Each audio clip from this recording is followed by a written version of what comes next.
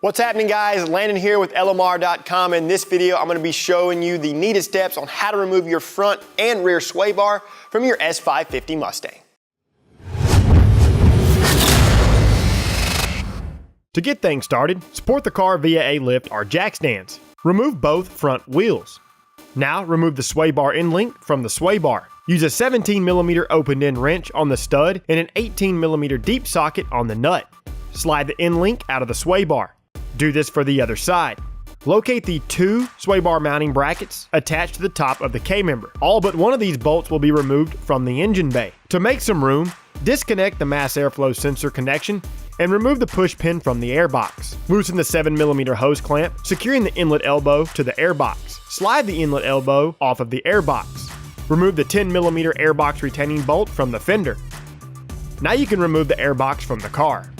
On the driver's side frame rail, remove the plastic push pin securing the brake lines. Go ahead and remove the two push pins securing the plastic alternator shield from the frame rail. Set the shield aside. On the passenger side, use an assortment of extensions and an 18mm wobble socket to remove both bolts securing the sway bar bracket. Once loosened, you can fetch the bolts from within the wheel well opening. On the driver's side, loosen and remove the frontward bolt.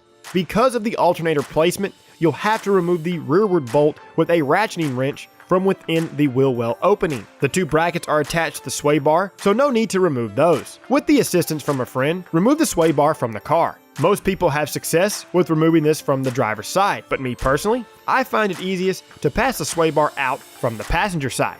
Heading to the rear of the car now, remove both rear wheels. Remove the 10mm retaining bolt securing the brake line to the bracket. Do the same for the other side. To remove the sway bar end link from the bracket, use an 18mm socket to break the nut loose. Then utilize an 18mm ratcheting wrench and 6mm Allen socket to finish removing the nut, followed by the brake line bracket. Again, do this for both sides.